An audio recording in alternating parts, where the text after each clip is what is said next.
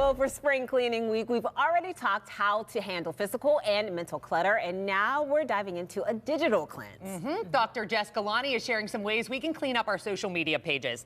And Jess, I was just talking to you about all the searches that I've done recently are now targeted ads. We know that they use that information usually from Google. Is that just another thing that we can clean up? Because I need to get rid of it. Yeah, I mean, when the algorithm kind of learns that there's something we're interested in, it takes it and runs with it. Yes. And it will inundate us with content that's related to that. So things you can do, you know, hide, mute, X out those posts, get rid of it, and that will eventually get the algorithm back in alignment with what you want. Search some other things, you know, search up topics that you might want to see populating your feed instead, and that will help to give it the cues you need. But yeah, once that happens, it can be really annoying and frustrating. Is it also listening to you as well? Well, that's kind of a complicated idea. I don't think that it is, but I don't trust them. Me neither. I don't actually trust them, so I don't know. Technically, they would say no. And instead, what they're using is the kind of geopositioning of our shared location data to learn about stuff based on people's phones that are near us.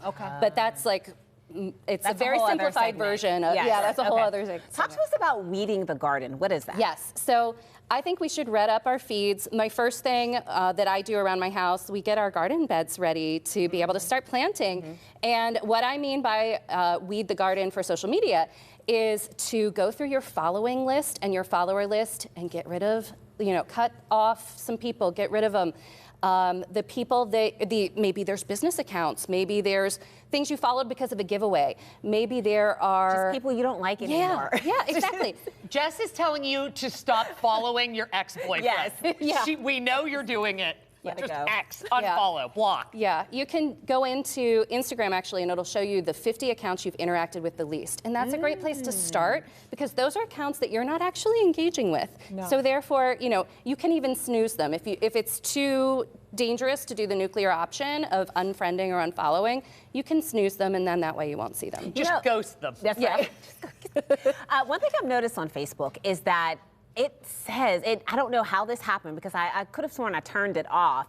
It shows when I'm active. The active status, yes. It defaults people back into that. So that's my second tip for social media spring cleaning.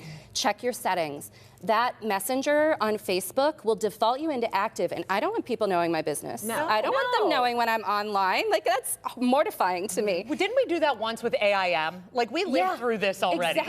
Exactly. I didn't like it then. So check your feeds, do it, you know, a couple times a year the way that you would like wash your curtains or so that's true. It's automatically making you your active sign it's booting you back.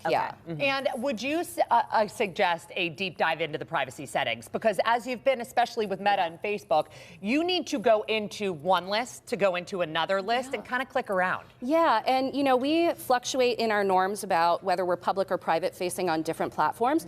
All of them have different settings, but you should check them all because some of them with updates to an app will boot you into something you didn't intend. Sometimes we just unthinkingly went public for some reason, like maybe we were entering a giveaway, and you want to kind of rein that back in. Okay. Oh, I love this type of declutter. This is homework. It is. This is very good. We have some things to do.